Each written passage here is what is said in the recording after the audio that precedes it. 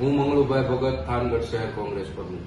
અત્યારે આખા દિવસમાં હું થાનનો પ્રવાસ કર્યો.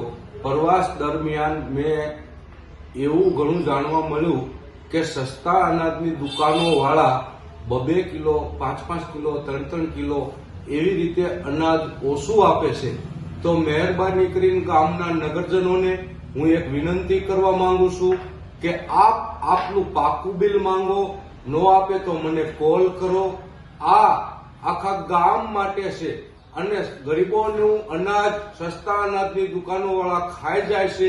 એવા આજ સવારથી અત્યાર સુધીમાં મને 20 ફોન આવ્યા. તો મહેરબાની કરી અને ગામના નગરજનોને મારી એક જ વિનંતી છે કે આપ દુકાને જાઓ, ત્યાં પાકું બિલ માંગો.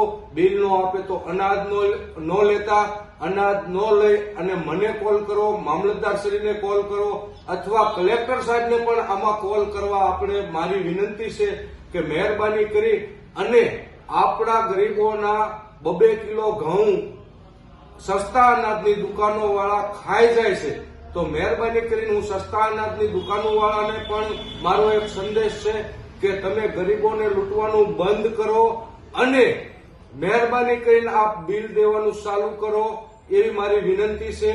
તમને સસ્તા અનાજવાળાને હજી હું એક વખત કહું છું કે મહેરબાની કરી અને ગરીબોને લૂંટવાનું બંધ કરો અને તમે જેટલું અનાજ આવતું હોય એટલું તમે એને પાકું બિલ આપો એવી મારી વિનંતી છે.